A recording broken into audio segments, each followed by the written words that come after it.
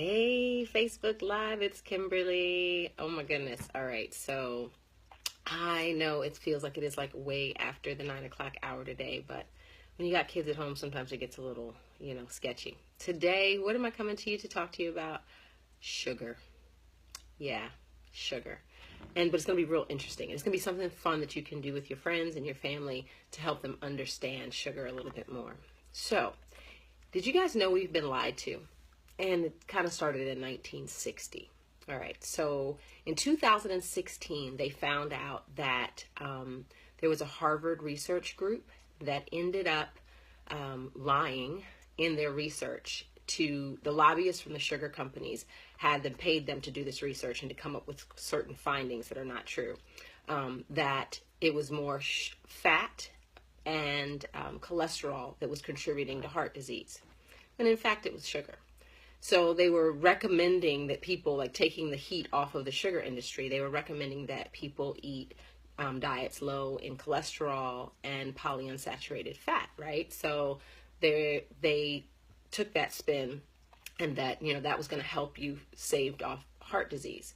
Well, nothing is further from the truth. A lot of our issues with heart disease come from sugar consumption. All right, so you see all this stuff that's like fat-free. Well, if you flip on the back of the label, you're going to see that it's not necessarily sugar-free, it's just fat-free. But the sugar content goes up immensely, all right? So understand that if you get 17 to 21% of your calories from added sugar, your rate of heart disease goes up by 38%. In comparison to those who only get 8% of their calories from sugar. If you have more than that 21%, your risk of that heart disease doubles. So instead of 38%, you're now 72% or somewhere around there, 76%. That's crazy. All right, so just sugar alone. Now understand the average American diet has 22 teaspoons or 88 grams of sugar a day in their diet. And I'm going to help you break this down in a minute, and this is the fun part. So stick with me, okay? But I'm just going to give you these facts. One sugary drink a day, so that's like going to get, like soda at the restaurant or having a big gulp or something. A big gulp's actually a whole other story, but having something like that increases your risk of non-alcoholic fatty liver disease. So come on now, look, that's not what we want, right? We don't want to end up like we've been drinking our whole lives for that. So good morning, Joyce. Good to see you. So that basically you have an increase in diabetes and also cancer when you consume too much sugar. And that sugar, literally, cancer feeds on sugar. So just understand that if you have cancer cells or you have family members that have cancer, helping them get off sugar, like really reading labels and sticking with protein and vegetables, mostly like really good vegetables, it's going to decrease that, like the cancer cells in the body, period. So that's just one thing that you can do, but that's a whole nother Facebook Live. But just also understand that women should have really no more than 6 teaspoons of sugar or 24 grams of sugar a day, and men no more than 9 teaspoons or 36 grams of sugar per day. So here's the deal. How is it that we are able to figure out how much sugar something has? So when you look at a label, I want you to remember this number, 4. And this is the fun thing you can do with your kids, all right? So if, let's say something has 24 grams of sugar, it has 6 teaspoons of sugar in it.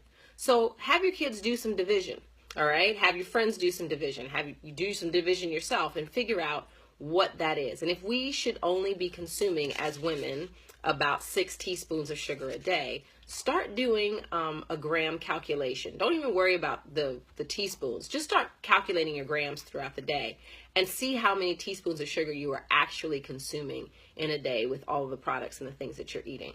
So, when you go to the store and you get those big gulps that are about this size, 72 ounces or so, and it may have sweet tea or something like that in it, right?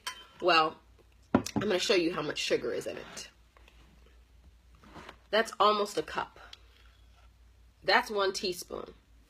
But can you imagine saying, if I said to you, hey, I want you to drink 3/4 cups of sugar, just, like if I all of a sudden was just to do that, you guys would probably want to throw up. Well, guess what? It's right before it turns to syrup. So when they're making the sweet teas and all of those sodas and things like that, this is how much sugar you're consuming or you're giving to your kids or yourself or your friends or whatever. So stay away from the big gulps unless they have water in them. Juice is a culprit. Go and look at how much sugar is in apple juice. Trust me when I say have the kids eat the apples.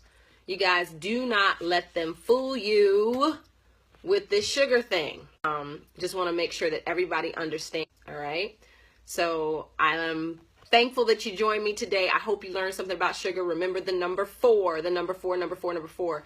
Divide that number of grams and you will know how many teaspoons of sugar you have. And yeah, wow, I know. And Carrie, exactly.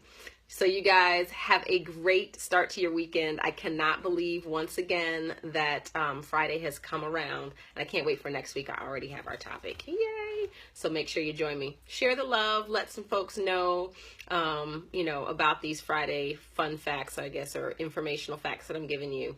And stay away, like I said today, for sugar and share the love. All right? For those who joined a little bit late, check it out in a couple seconds. Peace and blessings. Bye-bye.